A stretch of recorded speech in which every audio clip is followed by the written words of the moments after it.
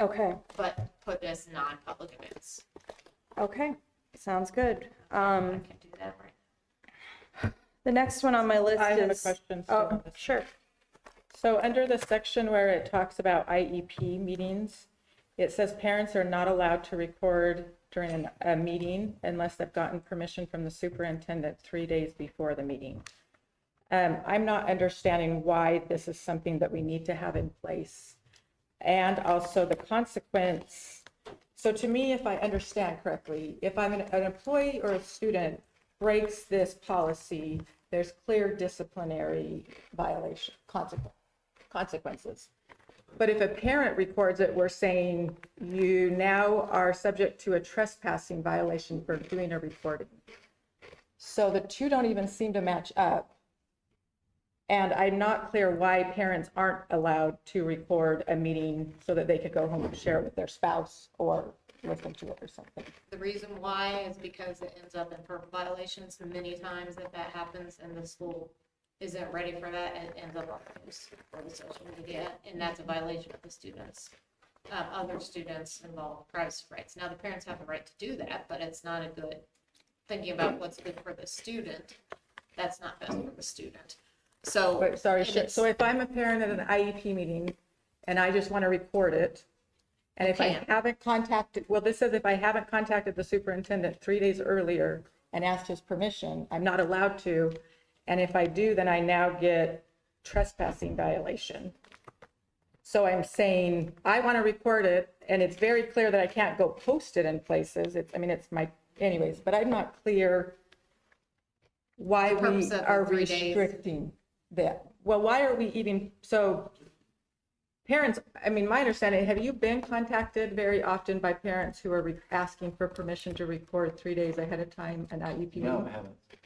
So I don't think it's being practiced.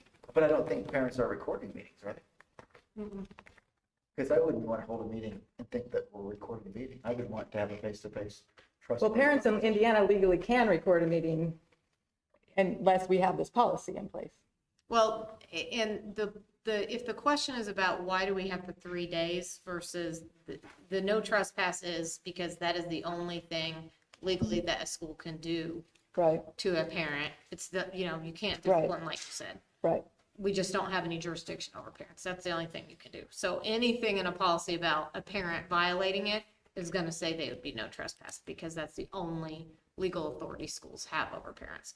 As for the advance notice, that is really to help the school folks get ready and know, because that typically is a sign of, oh, there's some concerns, and that can prompt the school, not to try to get them to not record, they can still record, but to try to work through what are the potential concerns of why they think they need to record, and how can we help and make it collaborative versus being on the spot when you're getting ready to start the meeting. But the 3 days isn't magical. So if the board wanted to make that a different amount of time or not have it at all, you certainly could, but I'd recommend you have some kind of lead time so that your staff members have a chance to reach out, because that's also often a red flag that the parent has a concern they haven't shared. And that gives time to work through it before the meeting itself, and so that staff can be prepared for the meeting itself. Yes, Rachel.